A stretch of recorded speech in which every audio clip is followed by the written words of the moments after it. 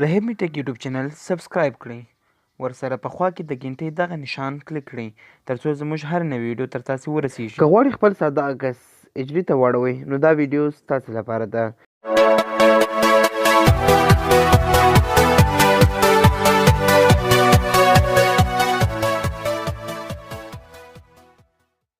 سلامونه، زه رحیمي تاسو ټول ته په رحیمي ټیک یوټیوب چینل کې ښه راغلاست وایم.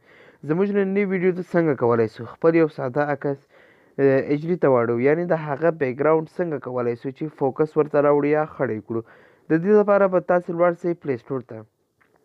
کله چې پلی سټور ته لاړاست هلته به تاسې په سرچ باکس یا پلټن ځای کې ولیکئ آفټر فوکس.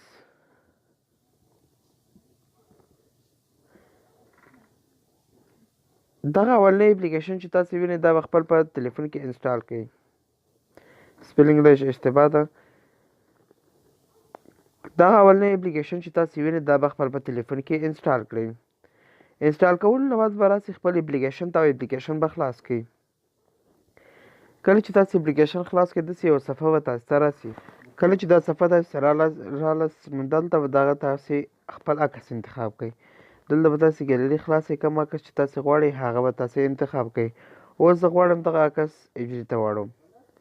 دلته به تاسې ګورئ دوه اپشن دي، سمارټ او مینیول. تاسې به دا سمارټ انتخاب کړئ او کنټینیو به ووهئ. دلته تاسې ښیي چې کوم ځایونه تاسې یعنې طریقه درته ښیي څنګه تاسې کولی شئ. نو دې لپاره به لاړ شئ تاسې خپل عکس به انتخاب کړئ. سپین خط مو چې کله کشف کړو دا تور چې ده دا سپین عکس چې خط چې ده دا به تاسې خپل په مخ باندې کش کړئ، یعنې خپل په عکس باندې. او دا تور چې ده دا به تاسې په بیکګراوند باندې کش کړئ. ګورئ دا به تاسې کشوئ. دا تاسې نږدې کولی شئ، ښه به یې زوم کړئ. دا تاسې وینئ او دلته دا لاس پاتې دا به په سپین انتخاب کړئ، بیا به دا تور. یعنې داسې به تاسې خپل عکس یعنې دا سوروالی چې ده تنه باید ستاسې په مخ ستاسې په بدن باندې راسي، بیکګراوند باید ستاسې نه وي. بیا به دغه بټن تاسې ووهئ. کله چې هغه تاسې وګورئ دلته تاسې ته معلومېږي شاته بالکل ایچ ډي شو، شاته بیکګراوند تاسې وینئ بالکل ایچ ډي شو. نو دغه لارې تاسې کولی شئ. ګورئ دلته مخکې بیکګراوند ته وګورئ، مخکې بیکګراوند یعنې ساده دی. او کله چې تاسې دا جوړ کړه نو تاسې وینئ بیکګراوند خیره سولی، یعنې داسې معلومېږي چې تاسې په ډي اس ایل آر یا ایچ ډي کمره باندې عکس اخیستی وي. دا بلور بټن چې تاسو دلته خړوالی یعنې فوکس یې زیاتولی هم شئ او کمولی هم شئ. فوکس ګورئ دلته ډېر زیات هم مه ورکوئ چې بیا ښه نه معلومېږي. او دا ایچ دا به تاسې دواړه برابر کړئ نو ډېر ښکلی عکس دا دی جوړ شو. دلته تاسې نور کارونه هم کولی شئ. ګورئ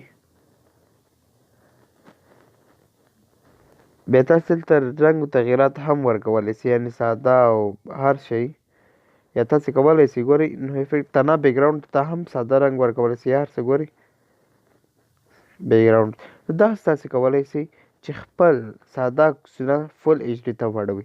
دا به زموږ نننۍ ویډیو. که ویډیو مو خوښه شوې نو ویډیو حتما در سره لایک کړئ، ویډیو د نورو ملګرو سره شیر کړئ او زموږ چینل رحیمي ټیک یوټیوب چینل حتما در سره سبسکرایب کړئ او خپل نور ملګرو ته هم ووایاست.